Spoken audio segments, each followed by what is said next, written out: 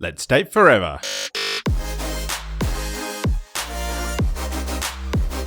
Here's your weekly dose of relationship fuel with Sammy and Nathan Yeager. Hello and welcome to Date Forever. In this week's episode, we're chatting about how continued sexual exploration can fuel your relationship, the 5 simple tips to be the best she's ever had, and learning to channel your soft, silly, and savage sides. But before we dive into that, Sammy, what's been fueling you up this week? Hold on a second. Yeah. I think this episode you were fanboying a little bit over Andrew. Oh, just a little bit. He's taught me a few things. Yeah, well, I should be fanboying over Andrew after the things that he's taught you for me. I think you should go first. What's been fueling you up this week, Nate? So we had a really amazing kind of rescheduled date night on Saturday night, and then we went and saw the amazing Reuben Kaye. So this is, I think, like the 4th time we've gone and seen Reuben Kaye presenting a whole heap of his different shows that he does.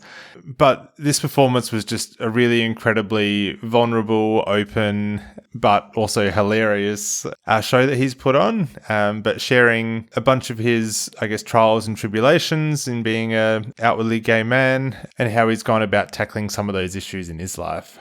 So it was a super fun performance, and he is just an incredible human and performer. Yeah, Reuben Kaye is so incredible. Cabaret performer, singer, dancer, actor, model, speaker, just really wonderful human. And like Nath mentioned, we've been to a couple of his shows before.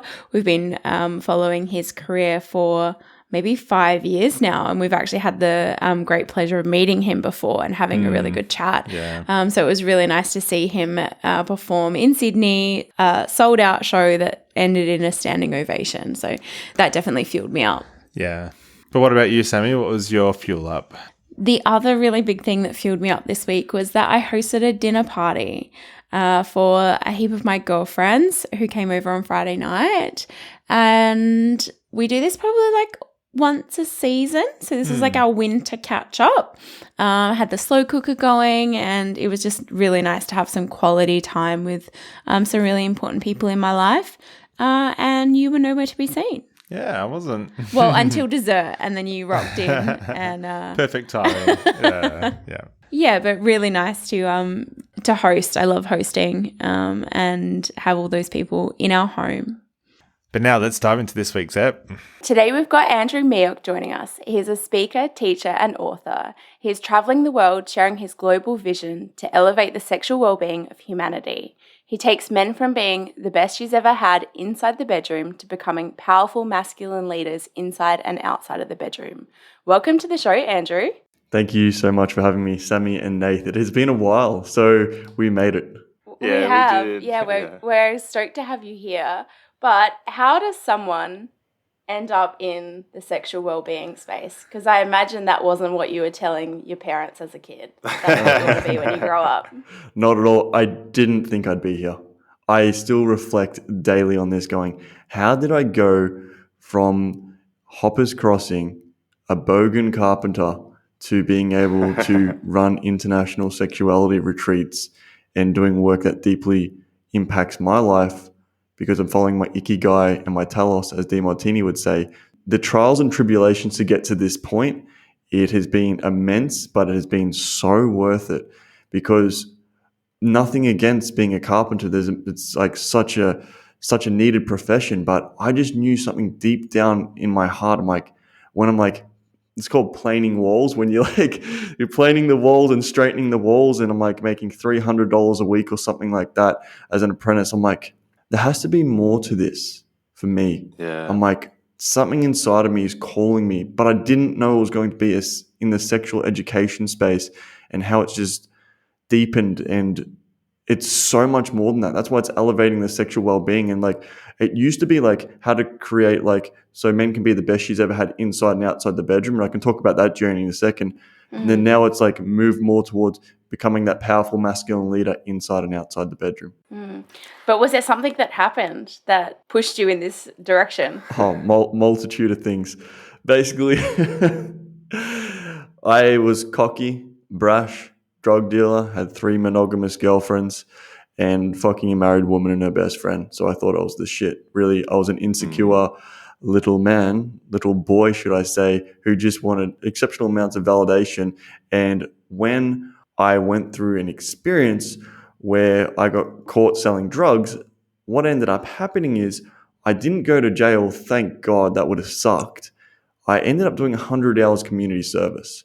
So when I did the community service, I met a woman, and she was actually, during the day, she was like my second in charge. She would teach me stuff like, I'd be at the Salvation Army and stuff like that. And I'd just be like putting clothes away, and she'd be my second in charge. So I'd be like talking to her back and forward. And I didn't realize that she kind of was hitting on me a little bit, or she kind of had a thing for me, even though she had a partner. So back then I had no morals. I had no integrity, and I just didn't care. It'd be married women selling drugs, the whole gamut, hanging out with bikies. So it's come a long way since then, really. But she told me one night she was breaking up with her boyfriend. Can I go to her house? I'm like, yeah, of course I can come to your house. No problems. I'll give you some emotional support.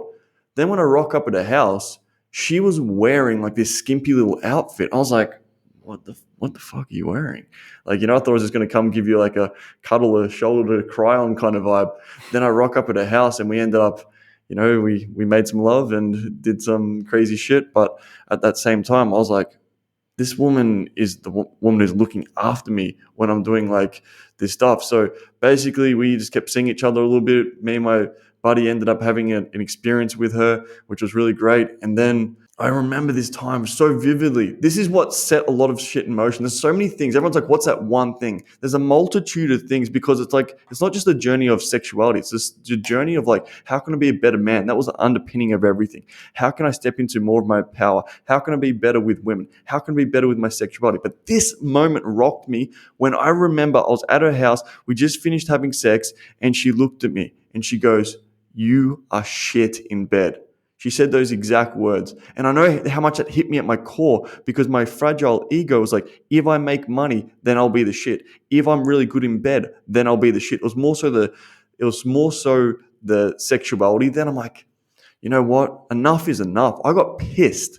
I got so angry, and I got angry. Like, we just fought back and forward. I'm like, this is your fault. Like, no responsibility, of course. And then I'm like, enough's enough. After we stopped seeing each other, like, even though it was informal, the reason I knew that she knew what she was talking about, because while she was helping me out when I was doing my community service, she was actually at nighttime being a sex worker and having sex with anywhere between 5 to 10 guys a night, where I'm like, this is just ridiculous. So I knew she knew what she was doing, and I knew that I was selfish. And when I deeply reflect on it, I was just a selfish man who just wanted, it was all about me, and I didn't care about pleasing other women. So I always see the world as a mirror, and that was definitely a mirror moment for me. And that was like, all right, I want to learn this.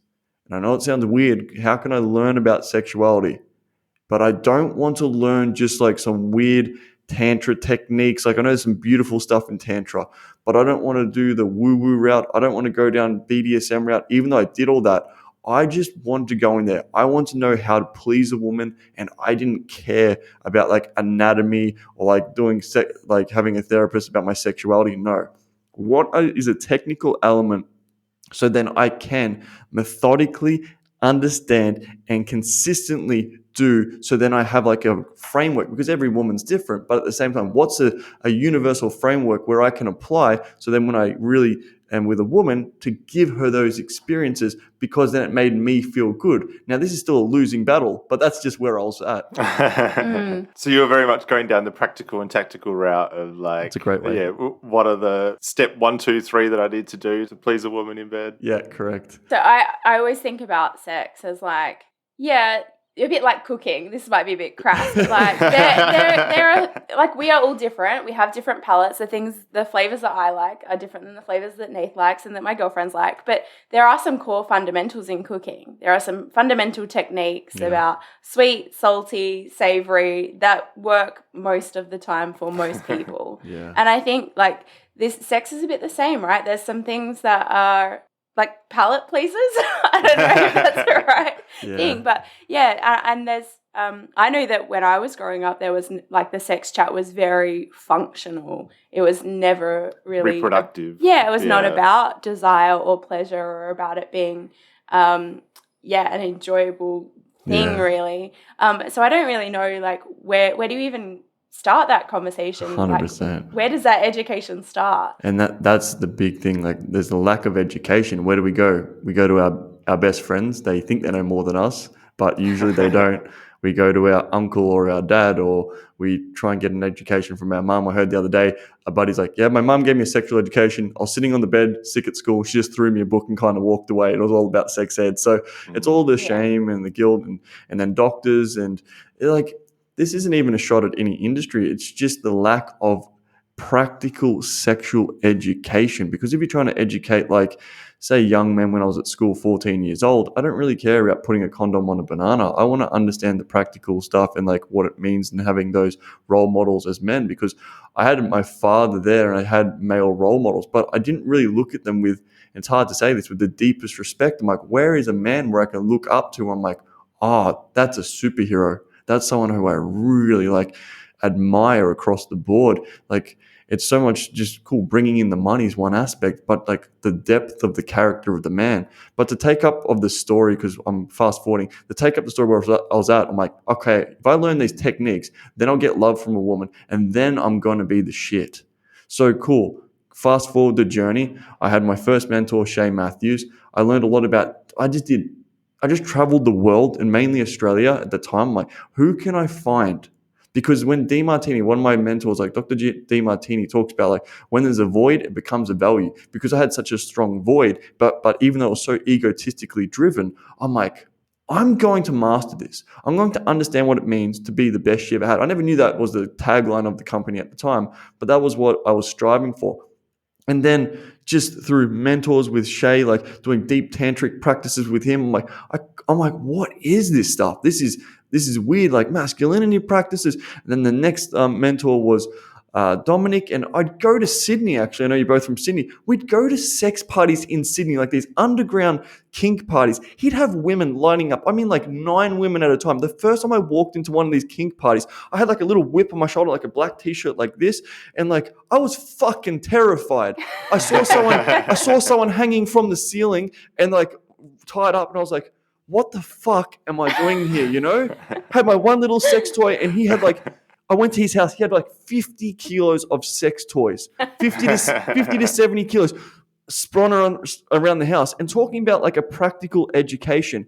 Before we went to these kink clubs, just like one, I could give you so many examples, but to condense it, he would like make me practice on pillows with like this whip to like for ages, like to do it over again and again and again before I'd actually practice on a woman, because it was like consent, safety, practice, understanding the dynamics. So when I went to a club, I knew what I was actually doing.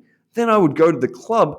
It's just insanity. Like, I was then, I still reflect on it to this day, because he was my mentor, and he was like having women bent over this thing, holding on, having like 100 people watching this, while I'm having like toys holding inside of this woman while he's doing this thing and grabbing her, whispering her in her ear. So it's like the whole thing. It wasn't just like the practical, it was the mental, the emotional, the spiritual, the whole connection, and combining that as one.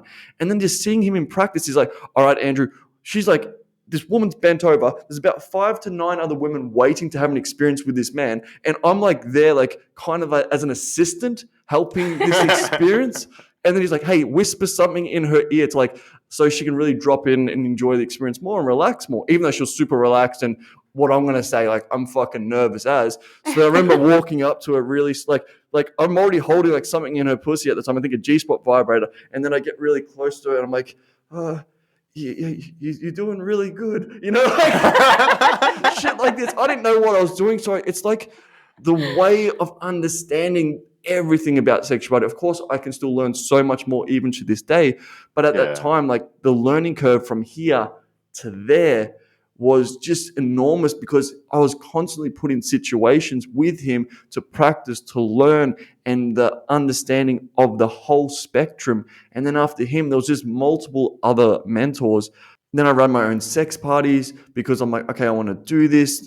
There's a multitude of things, but it was just a wild journey of sexual exploration. Let's just keep it at that, because I wanted to learn. And then I kept getting those results of women saying, that was incredible. That was the best you ever had. And then not just myself, lots of my friends as well, because I started like telling my friends about this stuff. So that's how that Look kind of look at the cool evolved. tricks I've learned. Yeah, like all this stuff. And the thing is, what I don't like about a lot of the sexual industry, it's like, here's some stuff that I might know here or I read in a textbook. I'm not textbook literate. I just go, I'm going to go to the street, so to speak, and learn for like The underground sex party. Yeah. old school. Like, let's learn deeply practical what it is and then move forward from there. So that was that journey. So when did it start to become a business? When did you start to become a coach, a leader in this space? That's a crazy story. So one night, actually running my sex party, and there was these young guys there, and they brought women, and they were trying to make these women squirt, and they just didn't know what they were doing. So I'm like, all right, guys, here's what's up. So then I ended up at this sex party showing these. I ended up making 4 women squirt within 2 minutes, and they're going, what the hell? And like the whole room was watching how I did this because I learned from all my mentors and stuff like that. And then I just said to them, like, hey, I'm going to put together a workshop. Would you guys be interested? I just thought, may as well. So then the first retreat was about, technically, like the first proper retreat I did was about 5 years ago, but I've been doing this stuff for about a decade now beforehand, and just like doing like one-off sessions. And I was more coming from the dating world and doing all that. And then it really started to turn into the business when I'm like, I just got obsessed. And when we started first doing the first retreats, I would bring women who I was seeing, and I would we would do exercises with the women, and then like I would do practical exercises in front of these men. This is a different time. And I'd make this woman squirt in front of the men and shower the room with squirt. And then I'd be massaging her and they'd be watching this. So it's been like a really fucking wacky upbringing and how things have evolved since then.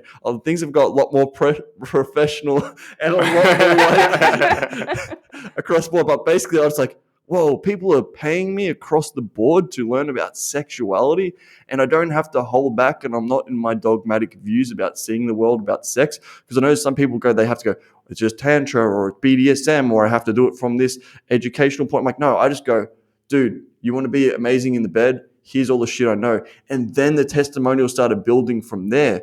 And then it's like, okay. And then that recollection, like, what I'm doing is working. Just keep going down the track. So then like the first stage of this was like how to be the best you ever had. So then like guys were just learning about how to do that. But then it got old when I got hundreds, if not thousands of messages, guys going, I'm the best you ever had. I'm like, cool, just another day in the office. So then I knew deep down I needed to evolve as well. So is that when it started to become about leading inside and outside of the bedroom? Yeah, basically I was a piece of shit. Like I wanted to, cool, I could be great in bed, but if I'm cheating and I'm being manipulative and I'm lying, what that going to really be great for humanity? The universe really shocked me with 2 cataclysmic events. Basically, number one, I nearly lost $2 million. I actually did pretty much lose $2 million, which like hit me so hard at the ego. And number 2, I basically cheated on 2 women. I basically feel like I got ostracized from a few communities just because I did that. I'm like, is this how I really want to show up? Cool, I can be great in bed, but does that really fucking matter? Who really cares? I'm like, and then it got to that point. I think the universe, like, you are so much better than this. And then also when I made a ton of money through investments and then business, I'm like, I just sat in Bali. I remember for 6 months drinking tea, eating cookies, and just doing spiritual practices and not doing fuck all. I'm like, is this what my life is?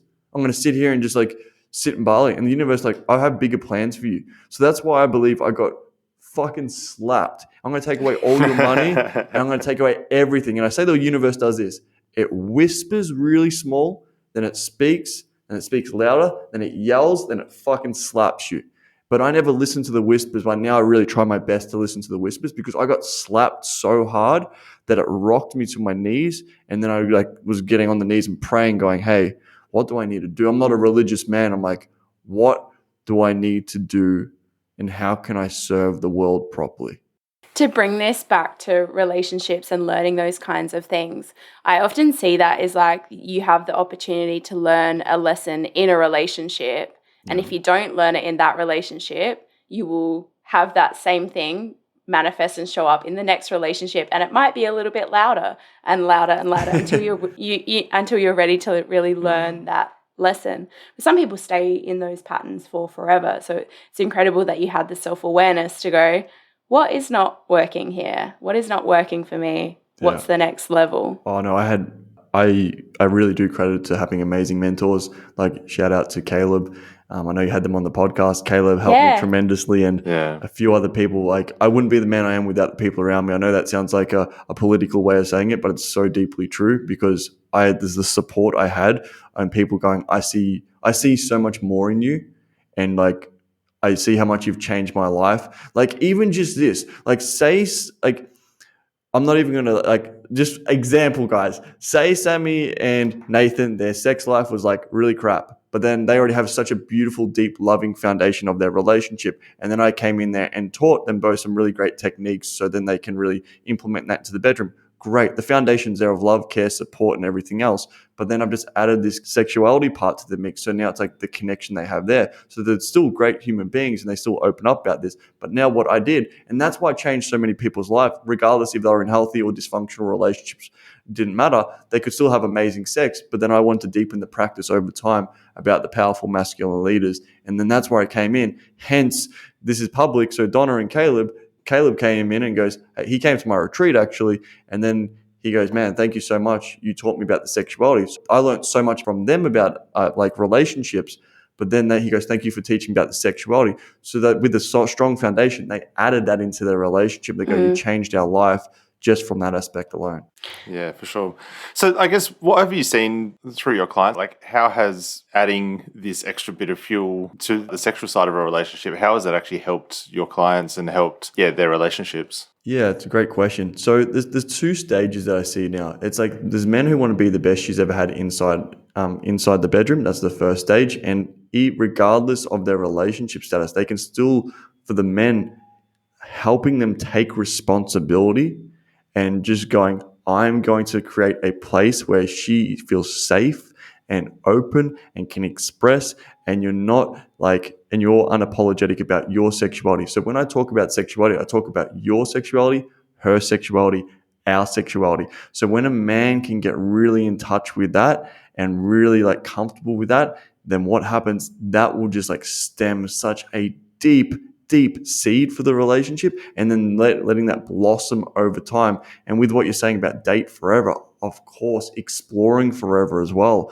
with that sexuality, and never ever stopping. And like, how can I consistently show up in this connection and take that responsibility of the sexuality and like go, hey, I really care about you deeply and I care about us and I'd love to explore the sexuality and I want to keep growing and learning new things. And like having that as the foundation, and if it's not there, usually the man might feel shut down. It's so crazy how simple it is sometimes that men won't open up in the relationship about what they want sexually. So one of the exercises I get men to do is like, what is your perfect day that you would like to explore with your partner? And I'm like saying this, and this might sound a little bit weird, but I'm like, fuck what she wants. What do you actually want to write down? I don't like to ask, because it's such a loaded question when you ask someone like, what's your kink? What do you like? What are you kinky? Yeah. Like what turns you on? What do you want to try? It's so loaded. Yeah. And sometimes it's like, whoa. But anytime I'm like to a guy, I'm like, hey, like, what's something you've like wanted to explore? So I talk a lot about the communication behind saying the exact same thing to get to the bottom of it. And then I like with the sexuality, are you willing to say the hard thing and ask the hard question in the relationship about sexuality consistently, but coming from that loving, caring place of like, I've got your back. And it doesn't matter what you say, I am going to be here. We might not explore it, but at the same time, I want to hear it because I want to hear your fullest expression of who you are. And if you say you want to do X, Y, and Z, but I'm not comfortable with it, but what we can do is we might be able to do a little bit of a variance of that situation that might give you a similar or like deep fulfillment of that. So there's so much on it. There's so much. So using Donna and Caleb as an example, and if you haven't listened to that episode, go back and listen to it because it's really beautiful. But using them as an example where they had a solid base, a really great relationship, and they wanted to enhance that area of their relationship, their sexual side, the inside the bedroom piece. Where does that start? Is it about acknowledging that it could be better? Like, you're on a podcast here talking to the world about going to sex parties and putting things in people's pussies and squirting the room. But some people are not that comfortable talking about sex, and like this would just blow their mind to even say this to their partner, let alone on a podcast to the world. So where does it start if they don't even have the skills to even start that conversation? It's a great question. And yeah, it starts off as simple as this. With couples, I see this, they're both kind of waiting usually for the other person to go first. And when I'm talking about the powerful masculine leadership, I'm like, it is your responsibility to go first, to lead this ship, to go in there and connect and say, hey, I care about you. I see a relationship with you for X, Y, and Z, for life, if it may be. And I want to explore with you and I want to get to know everything about you. And that includes sexuality. And I know I haven't been there for a lot of this and spoken about this. And I know I've pulled away and I've been kind of like put on a few extra kgs, or maybe I haven't really just opened up about what's really important to me, or I haven't really come forward. Or usually sometimes it's this, even in the bedroom, like, how are they having sex? Like, what are they doing? I'm like, are they even talking? Most men are not talking in the bedroom. They're not breathing, breath. They're not making any noise. They're not breath sound. They're just like quiet, and they're not saying anything in the bedroom, and they're just moving like a board. So I'm like, you need to like really sit down. And first things first, I love you, and sexuality is an important part of this connection. And I want to explore this with you and deepen my relationship with you. That's step one. And then what does that mean? Number two, what I want to do, you can sit down with your partner. What we can do, honey bunny, whatever it is, you want to call your partner, you can write down, what do you want to explore in the bedroom? So she can write a list and you can write a list. Like, I don't have anything. Like, just write something about sexuality, or write dear sexuality, and just let it flow. And then you can both sit there and write, and then you can read it to each other and bring that up. And it might be really confronting. And then you consistently have the base of like, I care about you so deeply. That's how much I want to explore you. And you're my partner. And sometimes when I see couples, they go, oh, well, I could do that I don't like to say this word, but you'll get what I mean. I did this in my hoe days when I was like playing and single. I don't like to say it like that, but you get what I mean. Doing that, but I could do that with other people, but I can't do that with you because now we're married.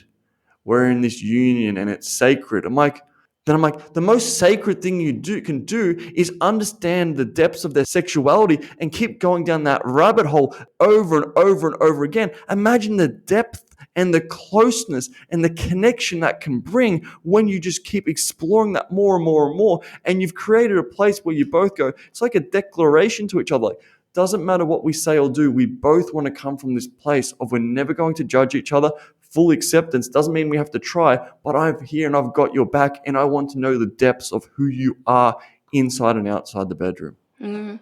And so much of that comes back to having a really good relationship with yourself, isn't it? So that you even have some awareness about what it is that you desire, what is it that you want to try, experience, or even just verbalize to your partner as an idea. But that's having the confidence in yourself and giving yourself the permission to even think those things, let alone then write those things down and share them with your person. Yeah, is this wrong? Is this, I shouldn't be sharing this? Like, how much sexual guilt, how much shame, how many times we're not allowed to share X, Y, and Z because we're told if you do that, you're a bad person. So that's why I'm saying start slow. And you're saying, how can you do it? Just even bridge the conversation. Maybe you haven't had sex for a month, like, and then go in with the, hey, I care about you so much. And what happens is I work with usually very successful men, like hedge funds, multiple businesses, etc., like that. And what ends up happening is sexual energy is life force energy. So what they've done is they've put 100% of their life force energy into business. So then they go, why am I not feeling horny? It's because you've delegated all your sexual energy elsewhere. So then what I do is I help them understand that and redirect a little bit of that sexual energy towards their partner. Simple shit, which I know you probably preaching, like even to say something simple as a date night, even as like a weekend away. When was the last time when they had that trip away? But Andrew, when I make all this money, or when I get to this point in business, and then I can like really look after them, like, dude, she's gonna fucking leave you in the meantime. You think, Yeah. I remember sitting down with this trader. He's like, I'm going to get my trading business. It'll probably take me 2 years. I'm hustling 12 hours a day, dude. I'm like, good, man. Good. What's it going to be like when you hit that in 2 years' time or a year's time? And she's been supporting you the whole time. Cool, you get to that point, great. And you can financially support her then. How do you think the connection is going to be sexually and how much distance she's going to be pulled away? Number two, what happens if you do that for a year or two and you don't even make it? So now she's supported you and you didn't even get the finances and you've neglected her. How's she going to feel, bro? The best part about my job is I get to speak to men real like this. I don't have to go, now just feel your energy and just open your heart. Or like, I don't have to speak like that. And this is why I think it's relatable, concise sexuality advice. And I speak to men in their fucking hearts and they go, oh, I feel it. And then I'm like, this is what I want you to do. Take your partner out when you walk in the door next time. Give her the biggest kiss you've ever given her and look her deep in the eyes and tell her how much you fucking goddamn appreciate her. And tell her at 5 o'clock, be ready on Friday. Leave your panties in your purse at home. I've got you. Just that leadership, that sexual leadership that men are lacking. Just as something as simple as that. And she's like, oh, thank God. Finally. And then they had the best sex of their freaking life that night because she could surrender.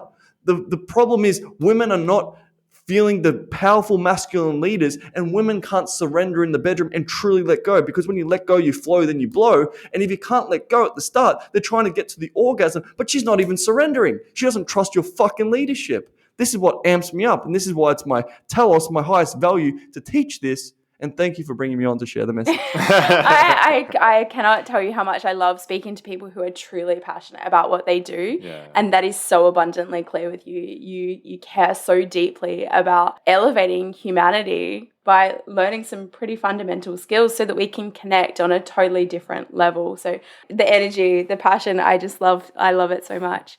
What I want to ask you, Andrew, is, we talked a little bit about like why this is important and what can happen and that a relationship can deteriorate if you put this on the back burner for a long time.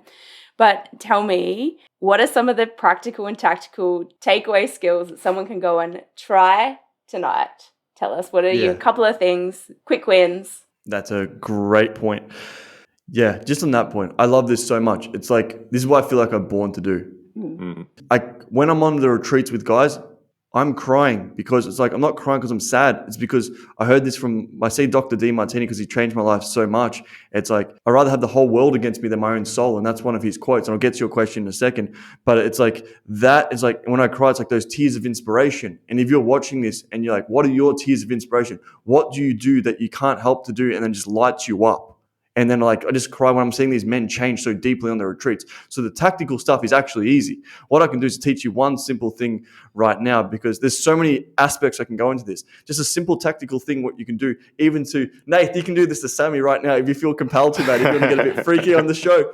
What you can do is, I love doing this. You can bite her on the back of the neck, just on the back of the neck there, and you bite a little bit more, or you bite a woman here. We're on a podcast. You got to tell us where you're pointing. So on the back of the neck, I think it's, if you're a chiropractor, I think it's C5 or C6 or something like that. Someone told me once.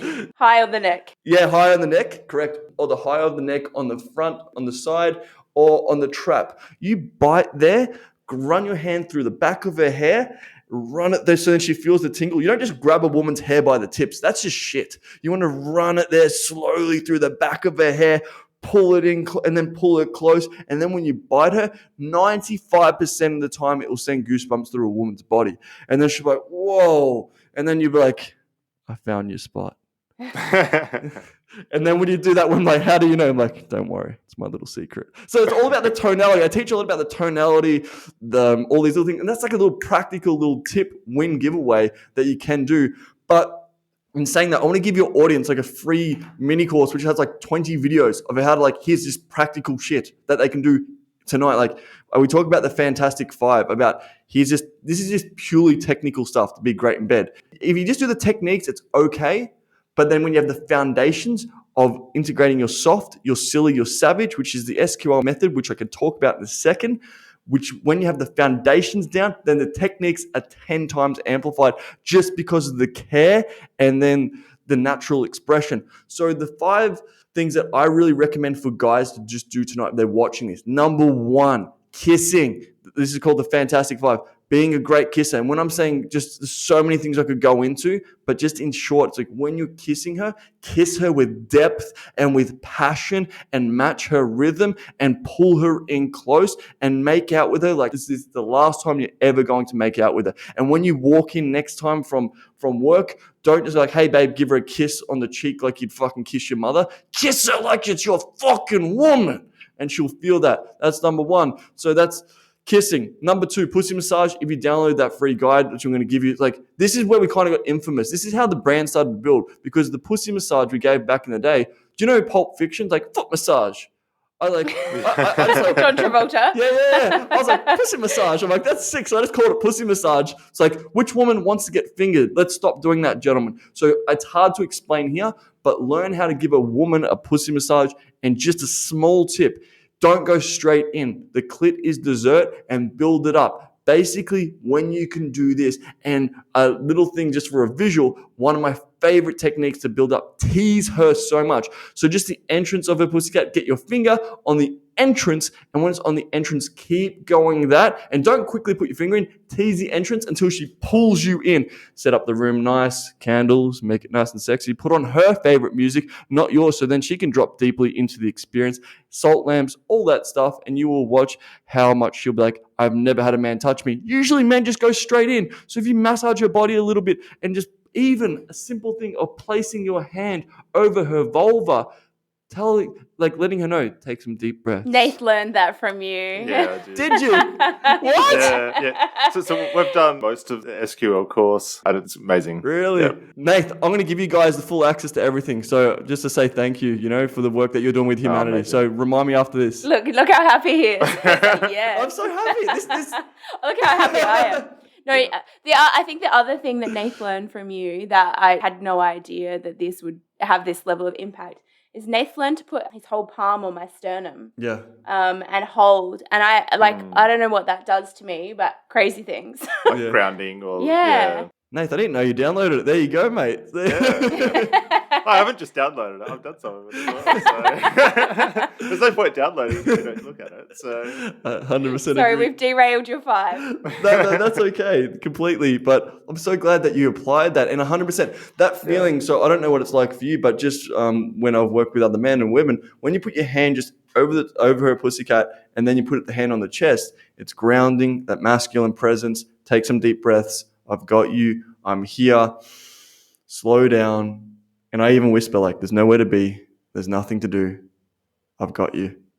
Just saying that alone. But you can't just say the words. You have to feel that. That's why I talk about the method later. Because if you're not like feeling it, then it's just words. And because you both have such a depth of connection, I feel it, and I've listened to a few of the podcasts, that stuff, it's just so obvious. But third point is this. So after you've given a woman a pussy massage, next natural progression is like making her squirt. Yes, every woman can squirt. Some women have pain or they have like discomfort there, so it might need a little bit more moving around that area. But when you're making a woman squirt, the two things I want you to take away from this, because you can watch all this stuff, it's hard to explain on a podcast. Two things. It's psychological and physical. Most men focus on the physical. If you've watched Spider-Man, the technique of like spider power, your two fingers in the middle, that's how you can do this and put a lot of pressure there and build that up. Also, it's a bit of a dance of her moving her hips a bit and using your arm. And I'm just laughing for a second because when we do retreats, we actually show this, like, guys, I'm like, show me your pussy. So they show me their hands and they actually practice on each other, making each other squirt with their hands. So it's an absolutely hilarious exercise. It's that one. So it's a psychological. And when you feel that noise, you're getting close. That's when you encourage her to let go. And then when a woman squirts, usually for the first time, it is so euphoric and just so like, what the fuck just happened? Hold her, care for her, put your hand on her heart, hand on her pussy, as we've just been discussing. So then she can drop back in her body, because if it's the first time, she might feel a bit vulnerable and she might feel like she's going to pee. It comes out of the bladder. So also just one hot tip, make sure she empties her bladder beforehand, because if not, you'll have pee. But that's that one. Fourth one is this: how to eat pussy like a champ, knowing how to go down on a woman. There's so many things. It's like, learn how to do that properly. Just a simple tip for this one is like, when you kiss her from head to toe all the way up, do that really slowly and don't go straight for a pussy, and inner thighs before you go straight there. And then when you do, just kiss it and that build up. Remember, build up, tease, and that will be a better orgasm. And then when you get to the clitoris, number one thing, do not do the ABC because you saw it on American Pie when you were 15. I did that and a woman looked at me like, what the hell are you doing, buddy? So what you want to do is practicing the alphabet. Yeah. The best thing you do, warm up her whole body. Maybe you've given her an amazing pussy massage and then you go down and you eat her. But then when you find the clitoris, you just like start sucking it slowly. And then when you do that, it just builds up. There's so much to go into, but just like some hot tips over the top. And last one is the magic wand. That is, anyone can do that Hitachi wand. You hold that woman's clitoris, and then you can even use your fingers and stuff like that, or you can get the clit sucker depending on the woman, because some women actually don't like the wand, some women do, but some women prefer like a stimulus of the clit sucker. And if you do that, you can. I always have the ideology. I don't know what I'm doing in the bedroom. I know that I don't know. And then I consistently split test things as a marketer would to split test her pussy. And guys love that when they're marketing. So like I'm seeing her reactions and she's responses. And then when I consistently do that, I'm checking in and tuning in with her body. And then I can say stuff like higher, lower, faster, slower. And I don't say it that quick. I'm like, hey, do you want it a little bit higher? But I'm not saying, is that okay? Do you want me to go a little bit higher? No, it's like, yo, a little bit higher. She's like, yes. And giving her that command as well. You can let me know if you want me to go a little bit higher or faster or more pressure. Do not feel like you can't, because a lot of guys have ego around this, like that they can't be told from a woman what they want. I'm like, she knows her body so freaking well. You don't know it, buddy. She might be learning how to masturbate with her hand between her legs and like twisting this certain angle, or she might be arching her back and opening like this, or she might use a toy or no toy, internal, external. I don't know. When I'm with a woman, I'm like, I'll just play around and see it as an exploration. So now you've got me G'd up. Andrew, this is so great. So I don't know if we caught it. Did we catch your SQL method? Yes, SQL method, but that's not the SQL method. The SQL method is the vibe behind it, which I'm talking about, because every man, the techniques are so easy. Like, I'm going to be giving it to all your audience for nothing, or they can go check on the YouTube channel. Like, here it is, like what Nate did, like, great. He learned, like, even if it's one technique, amazing. Yep. And then if you get to someone else listens to this just on the podcast and then they get to share it with someone else, that's what excites me. I'm like, yes, because back in the day it was about I get to be the best you ever had. Now when I'm doing retreats with men, I get to create powerful masculine leaders inside and outside the bedroom. Then they get to share that message with their family. Everyone's like, where is an SQL for women? I'm like, I am the SQL for women, because I change the man, it changes the woman, it changes the family, changes the community, changes the world. Kind of vibe like that. That's where it goes. And I don't hold anything back. I'm like, here's everything I know about sex. Here's everything. I'm not your guru. I'm a guide. And you can go learn from other people about sexuality. I don't give a fuck. I just want you to learn this stuff. Become great in bed. And so the first step is like, be great in bed. Understand that. And you can always learn more techniques and understanding that. Then what it's like to be a powerful masculine leader. And then when you're a powerful masculine leader inside and outside the bedroom and you apply techniques, it's game over. The woman's like, this man, who is this man? And the thing is, I know what it's like to be a douchebag prince and just like trying to be the man. But now I know what it's like to be that man of integrity and character, because I was a man of like just not that for such a long time. This has been so great, Andrew. Thank you so much for sharing what you've learned in a very small window into your life and your experience. But to round us out, what I would love to know is, what are the couple of practices that you have with yourself to keep your own relationship with yourself fueled up? Great question. I'm actually going to touch on the SQL method for a second, because it just like really rounds that out. And it's really simple. It's the soft, it's the silly, and it's the savage. What that means, and when I get men to really drop into, how can they drop into their deepest, softest, everything's love. They're all love. Soft, silly, and savage is all love. But what it is, it's like I consistently remind myself to drop into inside and outside the bedroom. How can I be gentle, like very vulnerable, open up, slow down? That's the soft. And bring that into the bedroom as well. Maybe it's a night with your partner, and I do that for myself. Like, how can I just have that night where it's candles and really gentle and just like touching her whole body? Maybe we have a massage, things like that. And then the silly the next aspect. So I'm constantly focusing on deepening these pillars for myself. And when it's the soft, silly, a lot of men get so serious when it comes to the bedroom. It's time to get to work, like a hand job, a blow job. It's like, it's not work. For myself, I'm like, how can I go to the bedroom and be playful and enjoy the experience and maybe have a bit of a wrestle with her, and like she gets on top and maybe crack a joke, like, oh, look at that booty, jump on top, oh my God, you're so sexy, like shit like that. And then like allowing your such depth of softness and silliness. Now I'm giving a huge high level overview, but I consistently practice this inside and outside the bedroom. How can I be vulnerable, slow down, open up? Then I'm talking about like, how can I be playful with people as well? But then inside the bedroom, where men forget that and women also forget that. And sometimes they take themselves so seriously, and which causes so much performance anxiety for men. Like, think I have to be the man in the bedroom. Like, dude, smile, enjoy. The third pillar is the savage. This is where men can let out that animalistic, wild part of who they are, like, rah, like really like ripping her apart. She's ripping them apart and just like really getting into that animal primal aspect. And then I've seen over the years when men really develop this, and when I've developed this for inside and outside the bedroom, I said this, and I say this at the retreat a lot when I do this for myself.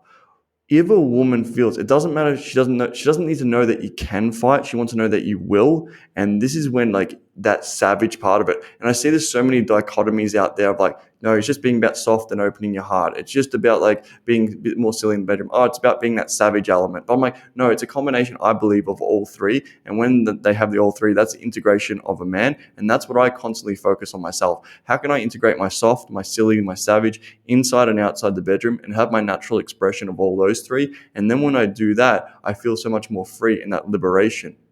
And then when that liberation happens, I don't feel that inhibitions of what I'm doing in the bedroom and in my life as well. And the respect that women will give men, and the respect men have for themselves, and the respect that I've had for myself when I've really truly looked into this, it has been night and day. Because I used to think I'm a pussycat coming from Australia for myself. I can't be soft and like talk about my emotions and do that. But then I thought, there's also a prince way. There's also so many matrices of this, of like looking at like the prince way of looking at this, like the boy way of looking at the soft, silly, and savage. But then there's also like the king way of looking at the soft, silly, and savage. So then she can feel safe with you, and you feel safe more with yourself. I love that. Thank you so much for joining us, Andrew. This conversation's been really amazing. And it's just amazing, like the change that you've had, I guess, over your journey to being very inwardly focused to now really being focused about changing humanity. So to say thank you for joining us, and in light of changing humanity as well, we've provided a month's worth of classroom education to a class in Kenya. So this has been provided by So They Can and via our partnership with Buy One, Give One. So thank you so much for making that possible. Oh, thank you so much for doing that. That's really amazing. No worries. So, Andrew, if people have loved this conversation and they want to get more from you and learn a little bit more about how they can elevate in and outside of the bedroom, where can they do that? Where do they find you? Just start off at the start. Go to Sexual Quantum Leap on the YouTube channel and just watch all my free stuff. I really hope my free stuff changes your life so much. And then if you want to learn more about how to become the powerful masculine leader, then we can have a chat from there. But just learn the foundations in the bedroom to be a really great and confident lover. Awesome. Thank you so much for joining us. Thank you for having me. Thanks heaps for joining us. If you love what we're doing here and want more, subscribe to the Date Forever podcast to make sure you never miss an ep.